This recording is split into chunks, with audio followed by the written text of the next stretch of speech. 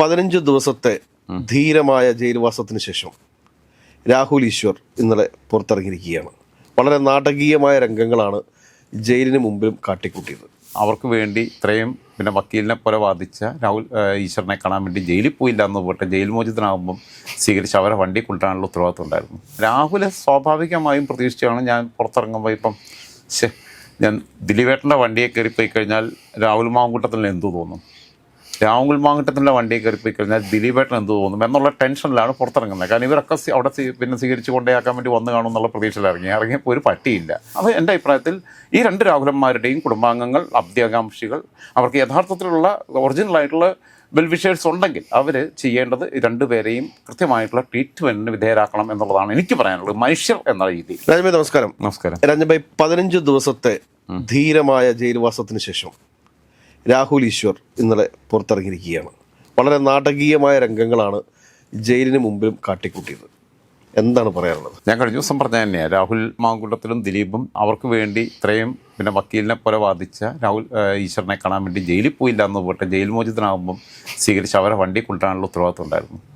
രാഹുൽ ഈശ്വറും സ്വാഭാവികമായും ജയിലിൽ നിന്ന് പുറത്തിറങ്ങുന്ന സമയത്ത് ചിന്തിച്ചിട്ടുണ്ടാകുക, ഇതൊക്കെ പാക്ക് ചെയ്യുന്ന സമയത്ത് 2 ബാഗ് നിറച്ച് തുണിയൊക്കെ ഉണ്ടായിരുന്നു, എല്ലാം കൊണ്ടാണ് പോയത്. കാരണം ഈ ടീഷർട്ട് തന്നെ 2 കവറായിരുന്നു. 2 കവർ. അത് പിന്നെ ടീഷർട്ട് തന്നെ കുറേ ഉണ്ടല്ലോ മെൻസ് കമ്മീഷൻ ഉള്ളത്. അത് പിന്നെ സ്വീകരിക്കാൻ വന്ന മെൻസ് കമ്മീഷൻ്റെ ആൾക്കാരും മെൻസ് അസോസിയേഷൻ്റെ ആൾക്കാരും ഇട്ടിട്ടുമില്ല. അതാ മൊത്തം 3 പേരെ ഉണ്ടായിരുന്നു.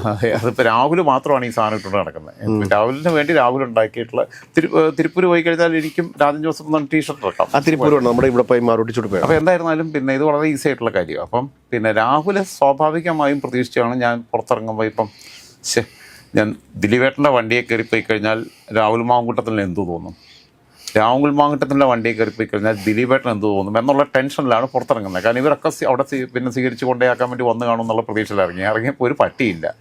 ഒരു പട്ടിയില്ല എന്ന് പറയുന്നില്ല, ഒരു 3 പട്ടികളുണ്ടായിരുന്നു എന്ന് പറഞ്ഞു കഴിഞ്ഞാൽ പട്ടികൾക്ക് നാണക്കേടായിത്തീരും. അപ്പം മെൻസ് അസോസിയേഷൻ്റെ ഗുണാണ്ടറും ഉണ്ടായിരുന്നു, വേറെ ഏതൊക്കെയോ ഓൺലൈൻ മാധ്യമക്കാരാന്നും പറഞ്ഞ ആൾക്കാരുണ്ടായിരുന്നു. ഇവരിതിനു മുമ്പ് സ്വീകരിക്കാൻ പോയത് ഈ ബസ്സിൽ പിന്നെ ലൈംഗികാവയവം പുറത്തെടുത്ത് പ്രദർശിപ്പിച്ച സവാദിനെ സ്വീകരിക്കാനാണ് പോയിട്ടുള്ളത്. അപ്പം Sawad is equal to Rahul Easwar എന്നൊരു പുതിയ ഇക്വേഷൻ വന്നു എന്നുള്ളത് രാഹുൽ മനസ്സിലാക്കുന്നില്ല. എറണാകുളത്ത് വേറൊരാളും കൂടെ ഉണ്ടായിരുന്നു, രാഹുൽ മാങ്കൂട്ടത്തിൻ്റെ ഏറ്റവും അടുത്ത സുഹൃത്തും രാഹുൽ മാങ്കൂട്ടത്തിൻ്റെ സൈബർ പോരാളിയുമായിട്ട് ശ്രീദേവ് സോമൻ. ആ വായി നോക്കിയൊന്നും ഞാൻ മൈൻഡ് ചെയ്യാറില്ല, ഞാൻ ഇടയ്ക്കിടയിലൊക്കെ ഒന്ന് പറയും. കാരണം ഇങ്ങനെയുള്ള കുറച്ച് വായി നോക്കികൾ മാത്രമാണ് ചേർന്നത്. അവിടെ ശ്രദ്ധിക്കേണ്ട കാര്യം ഞാൻ ഇത് തന്നെ പറഞ്ഞത്, സവാദിനെ ഇറങ്ങിയപ്പോഴും പൂമാരിട്ട് സ്വീകരിച്ച ഇതേ ടീം. അപ്പോൾ സവാദ് ഈസ് ഈക്വൽ ടു, സവാദും രാഹുൽ ഈശ്വറും തുല്യരാണ് എന്ന ഒരു ഫോർമുലയാണ് മുമ്പോട്ട് വെച്ച് തന്നത് എന്നുള്ളതാണ്. ആ സന്ദേശത്തിനകത്ത് നെഗറ്റീവ് എന്താണെന്ന് തിരിച്ചറിയാൻ പോലും ഈ പോളിന് ബുദ്ധിയില്ല എന്നുള്ളതാണ് ഈ മരയുള്ളിയുടെ ഗതികേടെന്ന് പറയുന്നത്. പിന്നെ എൻ്റെ കക്ഷിക്ക് പിന്നെ കോമൺ സെൻസ് ഇല്ല, ബുദ്ധിയില്ല എന്ന് പിന്നെ വക്കീൽ തന്നെ പറഞ്ഞ സ്ഥിതിക്ക് ഇതിൻ്റെ ഒരു അവസ്ഥ, ഞാൻ ആ പെങ്കൊച്ചിൻ്റെ അവസ്ഥ ആലോചിക്കുന്നത്, ദീപയുടെ അവസ്ഥ. ദീപ അന്ന് തൊട്ടേ ഇങ്ങനെ ഓടി നടക്കുക, അവളിങ്ങനെ ഒരു വഴിക്കാ കൊച്ച്, പിന്നെ എന്തായാലും ഭർത്താവായി പോയി, പിന്നെ പെട്ടുപോയി. അപ്പോൾ പിന്നെ ഇങ്ങനെ കരുതിയിട്ട് ഇതിന് വേണ്ടിയിട്ട് ഞാൻ എടുക്കാൻ വേണ്ടി തന്നിട്ട് അവൾ അതിനിടയ്ക്ക് ഈ പെങ്കൊച്ച് വന്നിട്ട് 2 പ്രാവശ്യം പറയുന്നുണ്ട്, ഇടയ്ക്ക് എന്തൊക്കെ ചെവി പറയുന്നുണ്ട്, പത്രങ്ങൾക്ക് അഭിമുഖം കൊടുക്കുക. ഇവൻ കിടന്ന് ഹിസ്റ്റീരിയ ബാധിച്ചോടെ സംസാരിച്ചുകൊണ്ടിരിക്കുക. പിണറായി വിജയൻ എന്നെ അകത്തിട്ടത് തെരഞ്ഞെടുപ്പിനെ, ഞാൻ പുറത്തിറങ്ങിയ തെരഞ്ഞെടുപ്പിലേത് ഇവിടെ സണ്ണി ജോസഫും വി ഡി സതീശനും കെ സി വേണുഗോപാലും പിന്നെ കെ സുധാകരനും പി കെ കുഞ്ഞാലിക്കുട്ടിയും സാദിഖലി തങ്ങളും പിന്നെ പി ജെ ജോസഫും അതേപോലെ എൻ കെ പ്രേമചന്ദ്രനും ഷിബു ബേബി ജോണും ഒക്കെ പുറത്ത്, എന്നാൽ പിന്നെ അവരെയൊക്കെ പിടിച്ച് അങ്ങത്തിട്ടാൽ പോലെ അവരെ കൊണ്ടൊക്കെ ചെയ്യാൻ പറ്റാത്ത രീതിയിൽ തെരഞ്ഞെടുപ്പിനെ ഞാൻ സ്വാധീനിക്കാൻ സാധ്യതയുണ്ട് എന്ന് സ്വയം അങ്ങ് വലുപ്പം വെച്ച് ഒരാളായിട്ടങ്ങ് വിളിച്ച് പറയാം. പിണറായി വിജയൻ എന്നെ അതിന് വേണ്ടി ജയിലിലാക്കിയതാണ്. റിമാൻഡ് ചെയ്തത് കോടതിയാണ്. ശരിക്കും പറഞ്ഞാൽ കോടതി അലക്ഷ്യത്തിന് കേസെടുക്കാൻ പറ്റുന്ന വകുപ്പാണ് പറഞ്ഞേക്കുന്നത്, ഇമ്പോർട്ടൻറ്റ്.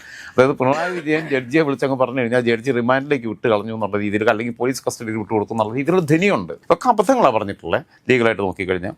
ദീപയുടെ രീതികൾ ആലോചിക്കണം. ദീപയ്ക്ക് ഇത്രയും ദിവസം കുഞ്ഞുങ്ങളെ 2 പേരെ മര്യാദയ്ക്ക് നോക്കാൻ പറ്റുമായിരുന്നു, ഇപ്പം 3 കൊച്ചുങ്ങളെ നോക്കേണ്ട അവസ്ഥയിലേക്ക്. ഞാൻ ഈ സാധനത്തിനെ കൂടെ കൊണ്ടുനടക്കേണ്ടത്, ഇതിന് പക്വതയില്ലല്ലോ. അതിൻ്റെ വേറൊരു കാര്യം കൂടെ രാഹുൽ പറഞ്ഞിട്ടുണ്ട്. എന്താ അറിയോ രാഹുൽ പറഞ്ഞതെന്ന് വെച്ചാൽ, ദീപ വിദേശത്തേക്ക് ജോലിക്ക് പോകേണ്ടതായിരുന്നു, ആ ജോലി പോലും കളഞ്ഞിട്ട് ഇവിടെ നിൽക്കേണ്ടി വന്നു. അപ്പം കൊച്ചിൻ്റെ ഒരു അവസ്ഥ അറിയിച്ചു. അല്ല, ദീപയും പിള്ളേരും ഒക്കെ വിദേശത്തോട്ട് പോകുന്നേ, ഇതിൻ്റെ കൂടെ ജീവിക്കാൻ വലിയ ബുദ്ധിമുട്ടല്ലേ? ആലോചിച്ച് വയ്ക്കുക. ഞാൻ പറഞ്ഞല്ലോ, തടവുകാർ ജയിലിൽ ആടാതിരുന്നത് ഭാഗ്യം. ഇല്ലെങ്കിൽ ഇവിടെ സഹതടവുകാരനെ ഇപ്പോൾ എന്തോ ചത്താലും വേണ്ടില്ല എന്നും കണ്ട് എത്ര ഉയരത്തിലുള്ള ജയിലിലാണെങ്കിലും അവധിയാടും. ചത്തു രക്ഷപ്പെട്ടു എന്നുള്ള രീതിയിൽ. കാരണം ഇവരുടെ ഇവിടെ കഴിയുന്നുണ്ട്, ഇത് ചില്ലറ പണിയാണോ? പിന്നെ എന്താണെന്ന് വെച്ചാൽ ഇവൻ്റെ അയിത്വമൊക്കെ മാറിക്കിട്ടി. കീഴ്ജാതിക്കാരുണ്ടാക്കിയ ഭക്ഷണം കഴിക്കത്തില്ല എന്നുള്ളതൊക്കെ മാറിക്കിട്ടി. വിശന്നപ്പോൾ എല്ലായിരുന്നത്തെ ആരുണ്ടാക്കിയാലും പിന്നെ തിന്നാന്നുള്ളതായി. ചവറ്റുകൊട്ടയിലുള്ള ഇട്ട് വലിച്ചെറിഞ്ഞ വേസ്റ്റ് ബിന്നിൽ വലിച്ചെറിഞ്ഞ ഭക്ഷണം വേണമെങ്കിൽ അതും വാരി തിന്നുന്ന അവസ്ഥയിൽ വിശപ്പ് എന്താണെന്ന് പഠിച്ചു എന്നുള്ളതാണ് ആകെ കിട്ടിയൊരു ഗുണം. എന്നാലും വീട്ടിൽ വീട്ടിൽ ചെല്ലുമ്പോൾ നല്ല രസമായിരിക്കും. പിള്ളേർ വന്നിട്ട് അച്ഛാ ലാപ്ടോപ്പ് എന്തിയെ എന്ന് ചോദിക്കും ചിലപ്പോൾ കൊച്ചുങ്ങൾ. ഇപ്പം അങ്ങനെയാണല്ലോ ഒളിപ്പിച്ച ലാപ്ടോപ്പ്. അയ്യോ ആരും ജയിലിലൊക്കെ ടൂർ പോയിട്ട് വന്ന പോലെ. എത്ര വർഷങ്ങൾ വേണമെങ്കിലും ഈ ട്രോൾ ഇങ്ങനെ നിൽക്കത്തില്ല. അല്ല, അതിനകത്ത് വേറെ രസം എന്ന് വെച്ചാൽ തിരിച്ചു ചെല്ലുമ്പോൾ ഇവൻ ലാപ്ടോപ്പ് ഇല്ലെങ്കിലും ഫോൺ എടുത്തിട്ടെങ്കിലും വീഡിയോ ചെയ്യാന്ന് കരുതി സ്റ്റുഡിയോയിൽ കയറി നോക്കുമ്പോൾ സ്റ്റുഡിയോ കാണത്തില്ല. ചിലപ്പം ദീപയും പിള്ളേരും കൂടെ അത് വലിച്ചു പുറത്ത് എല്ലാം കൂടെ ശരിയാക്കി കാണും. അവിടെ വേറെ എന്തെങ്കിലും കൊണ്ട് നിൽക്കുക കാണും ചിലപ്പോൾ. അത് അപ്പോൾ എന്തായിരുന്നാലും പിന്നെ ഷാജസ്കറിയ എന്നെ പറഞ്ഞൊരു കാര്യം, ഷാജസ്കറിയ ഇവരുടെ എല്ലാം ആളാണ്, പിന്നെ പാരൻ്റായിട്ട് നിൽക്കുന്ന ആളാണ്. ഷാജേട്ടൻ ചെയ്തേക്കുന്ന ഒരു വീഡിയോ ഉണ്ട്. അപ്പോൾ ഞാൻ ശരിക്കും പറഞ്ഞാൽ ഷാജേട്ടൻ്റെ വീഡിയോ സ്കിപ്പ് ചെയ്ത് പോകുന്നതാണ്, ഇന്നിരുന്ന് കണ്ടു. ഷാജേട്ടൻ പറഞ്ഞത് ഈ രാഹുൽ ചെയ്ത വീഡിയോ കാണുന്ന ഏതൊരാൾക്കും ഏതൊരു ജഡ്ജിയാണെങ്കിലും അവർക്ക് ജാമ്യം കൊടുക്കാൻ തോന്നാത്തത് സ്വാഭാവികമാണെന്നാണ് പറഞ്ഞത്. അത് സത്യമല്ലേ? ദിലീപിന് വേണ്ടിയിട്ടും രാഹുൽ മാങ്കൂട്ടത്തിന് വേണ്ടിയിട്ടും ഒക്കെ വാദവരാതെ സംസാരിച്ച് അതേ ഷാജസ്കറിയെ പോലും ഒന്നിനും കൊള്ളാത്തവനാണ്. അവൻ്റെ വീഡിയോ കണ്ടു കഴിഞ്ഞാൽ നമ്മൾ ജഡ്ജിയാണെങ്കിൽ പോലും ജാമ്യം കൊടുക്കാൻ തോന്നത്തില്ല എന്നുള്ളതാണ്. പിന്നെ ജാമ്യം കൊടുത്തത് ഒരു പക്ഷേ ജഡ്ജിക്ക്, എനിക്ക് തോന്നുന്നത് ജഡ്ജിക്ക് വല്ല ഫോഴ്സും വന്നിട്ടുണ്ടോ എന്ന് അറിയത്തില്ല മേൽക്കോടതിയിൽ നിന്ന്. ഞങ്ങളെ ബെഞ്ചിലോട്ട് ഈ സാധനം വിട്ടേക്കല്ലേ, ഇത് അവിടെ തന്നെ ജാമ്യം കൊടുത്ത് വിട്ടേക്കണം, ഞങ്ങൾക്ക് ഇത് ഇതിനെ കാണാൻ വയ്യ, സഹിക്കാൻ വയ്യ, അത് പറഞ്ഞിട്ടുണ്ടോ എന്നുള്ളത് എനിക്കറിയത്തില്ല. നമ്മൾ ഈ പറഞ്ഞത് തമാശ സെൻസിലെടുക്കാൻ ജഡ്ജിമാർക്ക് കഴിയുന്നുള്ളതുകൊണ്ട് കോടതി ലക്ഷ്യം വരത്തില്ലായിരിക്കും. ഓക്കെ, റിമാൻഡ് തടവുകാർക്ക്, ജയിലിൽ കിടക്കുന്ന റിമാൻഡ് തടവുകാർക്ക് കൊടുക്കാവുന്ന ഒരു എക്സ്ട്രാ പണിഷ്മെന്റ് അല്ലേ ഇത്? അപ്പോൾ അവരെ ഇനിയും കൂടുതൽ ബുദ്ധിമുട്ടിക്കേണ്ട എന്നുകൂടെ ജഡ്ജി അവരോടുള്ള മാനസിക പരിഗണന വെച്ചായിരിക്കും ഇവർ ജാമ്യം കൊടുത്തേക്കും. തീർച്ചയായിട്ടും. പക്ഷെ അവിടെയുണ്ട് അവരുടെ വേറെ മാനസികാവകാശങ്ങൾ, ദീപയുടെയും മക്കളുടെയും മാനസികാവകാശങ്ങൾ ലംഘിക്കപ്പെടുന്നുണ്ട്.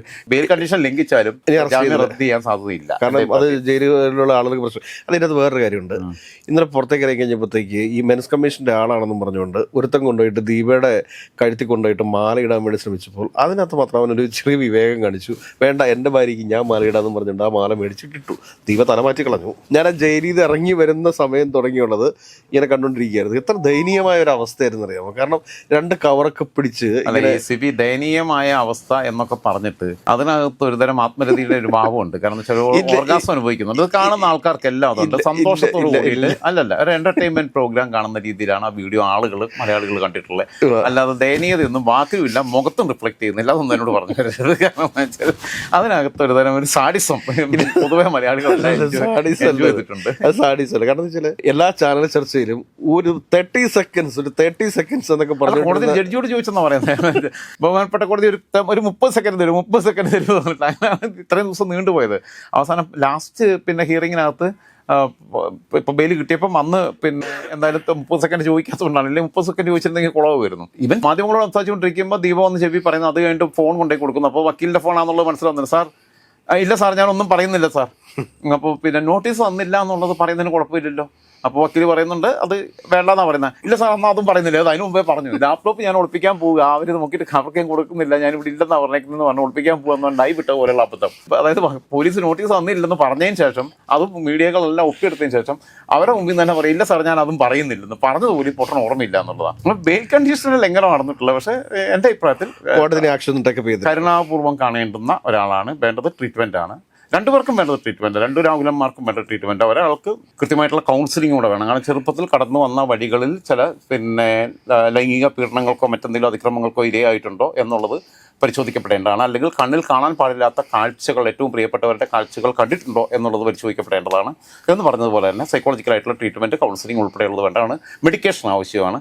രാഹുൽ ഈശ്വറിനെ സംബന്ധിച്ചിടത്തോളം അത് നിർബന്ധമായിട്ടും ആവശ്യമുള്ളതാണ്. കാരണം ഈ മെൻസ് കമ്മീഷൻ ഉണ്ടാക്കിയിട്ടുള്ള ഒരു പിന്നെ ജൂബേറ്റ് നടക്കുന്ന ചേട്ടനുണ്ട് തിരുവനന്തപുരത്ത് കണ്ടിട്ടുള്ള. ഞാൻ പുള്ളി ഒരു പ്രാവശ്യം കണ്ടിട്ടുണ്ട്, പരിചയപ്പെട്ടിട്ടുണ്ടായിരുന്നു 2-3 വർഷം മുമ്പ്. അപ്പം പിന്നെ എനിക്ക് അപ്പോഴും ചിരിയാ വരുന്നത്. പക്ഷെ ചിരിക്കാൻ വയ്യ, നമ്മൾ മനുഷ്യൻ മുമ്പിൽ നിൽക്കുമ്പോൾ ചിരിക്കാൻ വയ്യ. അപ്പോൾ അല്ല, അതിനുള്ള പ്രശ്നം എന്ന് വെച്ചാൽ ഇവർക്ക് എന്തെങ്കിലും നെഗറ്റീവ് എക്സ്പീരിയൻസ് ഉണ്ടായതിൽ നിന്നായിരിക്കും. ഞാൻ ഇവരെയൊന്നും കുറ്റം പറയുന്നില്ല, സഹതാപത്തോടു കൂടി കടന്ന്. പക്ഷേ അതിനെ ജനറലൈസ് ചെയ്യരുത്. സ്ത്രീപക്ഷ നിയമങ്ങൾ ദുരുപയോഗപ്പെടുത്തുന്നുണ്ടോ എന്ന് ചോദിച്ചാൽ ദുരുപയോഗപ്പെടുത്തുന്നുണ്ട്. ജാതിപ്പേര് വിളിച്ച് അധിക്ഷേപിച്ചു എന്നുള്ള കള്ളപ്പരാതി കൊടുക്കുന്നുണ്ടോ എന്ന് വെച്ചാൽ ഉണ്ട്. എന്നും കണ്ട് അത് എല്ലാ സ്ഥലത്തും കൊണ്ടിട്ട് അപ്ലൈ ചെയ്യരുത്. ഇത് ദുരുപയോഗപ്പെടുത്തുന്ന ആൾക്കാരുണ്ട്, ഇതൊക്കെ കള്ളക്കേസ് ഉണ്ടാക്കുന്നവരുണ്ട്, ഇല്ല എന്നല്ല. പക്ഷേ അതിനെ ജനറലൈസ് ചെയ്യുന്നതിനകത്തും അതിനെ സമാനവൽക്കരിക്കുന്നതിനകത്തുമുള്ള വലിയൊരു പിന്നെ കുഴപ്പമുണ്ട് എന്നുള്ളതാണ്. എന്തായിരുന്നാലും ആ വക്കീലിനെ സംബന്ധിച്ചിടത്തോളം വക്കീൽ ഇത് വിടാനാണ് സാധ്യത. വക്കീലിൻ്റെ കരിയറിനെ ബാധിക്കുമെന്നേ തീർച്ചയായിട്ടും. കാരണം ഇവൻ ഈ കോപ്രായം എല്ലാം കാണിച്ച് പിന്നെ നടത്തി കഴിഞ്ഞാൽ ഇവന് പിന്നെ ബെയിൽ കണ്ടീഷൻ അങ്ങനെ റദ്ദ് ചെയ്ത് കഴിഞ്ഞാൽ ആ വക്കീലിൻ്റെ അടുത്ത് കേസ് കൊണ്ടുപോയാൽ വിജയിക്കത്തില്ല എന്നുള്ള വരത്തില്ലേ. വക്കീലിൻ്റെ കുഴപ്പം കൊണ്ടല്ല, വക്കീലിനെ കേസ് എത്തിച്ചു കഴിഞ്ഞാൽ വക്കീലിൻ്റെ ഡോക്ടറെ അടുത്ത് സത്യം പറയണമെന്നും അവർ പറയുന്നത് നമ്മൾ കേൾക്കണം എന്നുള്ളതാണ്.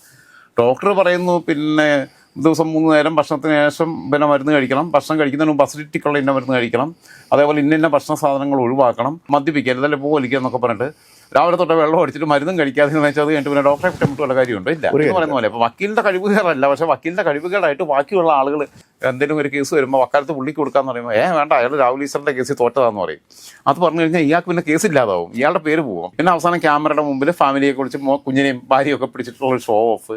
സത്യം പറഞ്ഞാൽ ഞാൻ വല്ലാത്ത എനിക്ക് സഹതാപം തോന്നിയ സംഭവം ഒരു ചെറിയ പിന്നെ സാഡിസ്റ്റിക് മൈൻഡ് അതിനകത്തുള്ളതെന്ന് വെച്ച് കഴിഞ്ഞാൽ ഇത് എൻജോയ് ചെയ്യുന്ന രീതി ഉണ്ടോയെന്ന് വെച്ചാൽ ഉണ്ട്. പക്ഷെ അതുണ്ടാകുമ്പോൾ തന്നെ നമ്മളെ കുടുംബത്തിൽ ആർക്കെങ്കിലും ആണ് ഇത്തരം ഒരു അവസ്ഥ, ഇത്തരം ഒരു മാനസികാവസ്ഥയിലൂടെ കടന്നു പോകുന്നുണ്ടെങ്കിൽ 2 രാഹുലന്മാരുടെ കാര്യത്തിനും അങ്ങനെ പോകുന്നതെന്നുണ്ടെങ്കിൽ നമ്മൾ എന്തായിരിക്കും ചെയ്യുക? നമ്മൾ അവരെ ചേർത്ത് പിടിക്കുകയും അവർക്ക് ആവശ്യമായിട്ടുള്ള മെഡിക്കേഷൻ നൽകുകയും പിന്നെ ബാക്കിയുള്ള ട്രീറ്റ്മെൻറ്റിലേക്ക് പോവുകയാണ് ചെയ്യുക. അത് എൻ്റെ അഭിപ്രായത്തിൽ ഈ 2 രാഹുലന്മാരുടെയും കുടുംബാംഗങ്ങൾ, അഭ്യാകാംക്ഷികൾ, അവർക്ക് യഥാർത്ഥത്തിലുള്ള ഒറിജിനലായിട്ടുള്ള വെൽവിഷേഴ്സ് ഉണ്ടെങ്കിൽ അവർ ചെയ്യേണ്ടത് 2 പേരെയും കൃത്യമായിട്ടുള്ള ട്രീറ്റ്മെൻറ്റിന് വിധേയരാക്കണം എന്നുള്ളതാണ് എനിക്ക് പറയാനുള്ളത്, മനുഷ്യർ എന്ന രീതിയിൽ.